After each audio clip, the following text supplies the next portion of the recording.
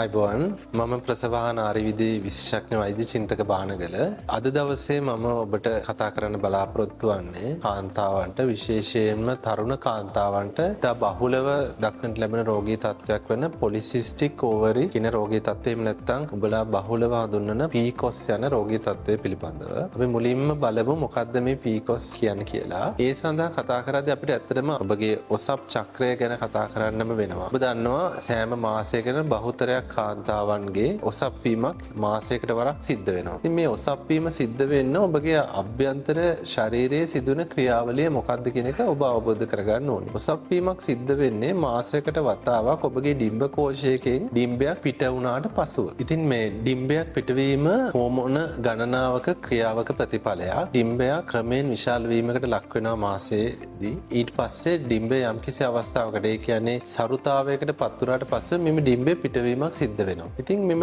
ඩිම්බය පිට නොවන අවස්ථා අපිට දක්නට ලැබෙනවා විශේෂයෙන්ම මේ පොලිසිස්ටික් ඕවරින් කියන තත්ත්වයේදී. එතනදි වෙන්නේ ඔබගේ ඩිම්බ කෝෂයේ ඩිම්බ යම්කිසි ප්‍රමාණයකට ලොකු වීමක් සිද්ධ වුණා ඩිම්බේ පිටවීමක් සිද්ධ වෙන්නේ නැහැ. ඉතින් මෙම ඩිම්බ ගණනාවක් ඩිම්බ කෝෂයේ යම්කිසි තැනකට ඇවිල්ලා ලොකු වීලා නමුත් පිට නොවන තත්ත්වයට තමයි අපි පොලිසිස්ටික් ඕවරි කියන රෝගී තත්ත්වය කියලා කියන්නේ. එතකොට මෙම රෝගී තත්ත්වයේදී ඇතිවෙන ප්‍රධානම රෝග ලක්ෂණය තමයි ඩිම්බේ පොටි නොවීම නිසා ඔබගේ ඔසප් වීම ප්‍රමාද වීමක් සිදු වීම. ඒක මාස 2ක් සෝ මාස 6ක් වැනි කාලයක් දක්වා ඔසප් වීම ප්‍රමාද වීමක් සිද්ධ වෙන්න පුළුවන්. ඊට අමතරව ගොඩක් වෙලාවට ඔබගේ ශරීරයේ බර වැඩිවීමක් නිරීක්ෂණය කරන්න පුළුවන්. මේක ඇත්ත වශයෙන්ම පොලිසිස්ටික් ඕවරි රෝගයේ තත්ත්වය නිසා බර වැඩිවීමකට වඩා බර වැඩිවීම නිසා පොලිසිස්ටික් රෝගී තත්ත්වය ඇතිවීමක් ලෙස අපිට පැහැදිලි කරන්න පුළුවන්. ඊට අමතරව ඔබට ඔබගේ මුහුණේ හෝ ශරීරයේ අනවශ්‍ය විදිහට රෝම ඇතිවීම වැඩිවීමක් දක්නට ලැබෙන්න පුළුවන්. ඒ වගේම සමහර වෙලාවට කුරුලෑ තත්ත්වයක් ඇතිවීමක් පවා ඇති වෙන්න පුළුවන්. ඊට අමතරව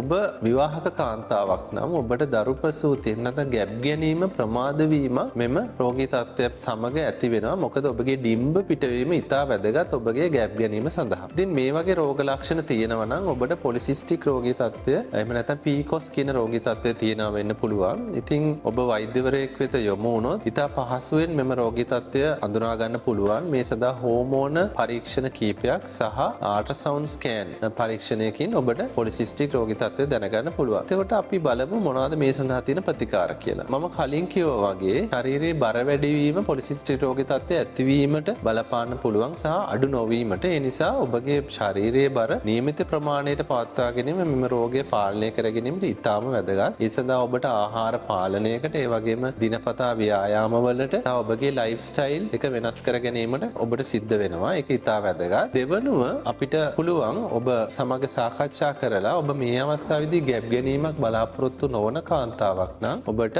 සරලවම උපත් පාලන පෙතිවලට යොමු කරන්න. මෙම ප්‍රතිකාරය මගින් සිදුවෙන්නේ උපත් පාලනයකට වඩා අපි බලාපොරොත්තු වෙන්නේ ඔබගේ ඔසප් චක්‍රය ක්‍රමවත්ව සකසා ගැනීම. ඉතින් අපි ගොඩක් වෙලාවට මාස 6ක් 8ක් කාලයක් දක්වා මෙම පෙති ලබා දෙන්න පුළුවන්. මෙම කාලයේදී ඔබට ඔබගේ ශරීරයේ බර නියමිත ගණනකට අඩු කරගන්න පුළුවන් නම් ඔයාගේ ලයිෆ් ස්ටයිල් එක චේන්ජ් කරගන්න පුළුවන් නම් එම අවස්ථාවේදී ඔබට නැවතත් ඔබගේ ඔසප් චක්‍රය ක්‍රමවත් බවට පත් කර ගැනීමට හැකියාව ලැබෙනවා. එහෙම නැත්නම් ඔබ බලාපොරොත්තු වෙන්නේ දරු පිළිස්න ගැනීමක් නම් ඒ සඳහා වෙනම ප්‍රතිකාර ක්‍රම තියෙනවා. විශේෂයෙන්ම මම කලින් කිව්වා වගේ ඩිම්බ මේරීම ප්‍රමාද කාන්තාවන්ට පොලිසිස්ටික් රෝගී තත්ත්වයේදී අපි ඩිම්බ මෝරන්න බෙහෙත් ලබා දෙනවා. මේ බෙහෙත් පෙති වශයෙන් හෝ නැත්නම් එන්නත් වශයෙන් ලබා ගන්න පුළුවන්. ඉතින් ඔබගේ වෛද්‍යවරයාත් සමග කතා බහක් කිරීමෙන් පසුව ඔබට ගැළපෙන ප්‍රතිකාරය සඳහා යොමු වෙන්න පුළුවන්. ඉතින් මම අද බලාපොරොත්තු වෙනවා ඊතරුණ කාන්තාවන්ට මේ තියෙන රෝගී තත්ත්වය ගැන ඔබට හොඳ අවබෝධයක් ලැබෙන්න ඇති කියලා. ඉතින් අවසාන වශයෙන් පොලිසිස්ටික් ඕවරි කියන රෝගී තත්ත්වය ඇතිවීම වළක්වා ගැනීමට ඔබට පහසු වෙන ඔබගේ ශරීරයේ බර අවශ්‍ය ලෙස පවත්වා ගැනීම, ඒ වගේම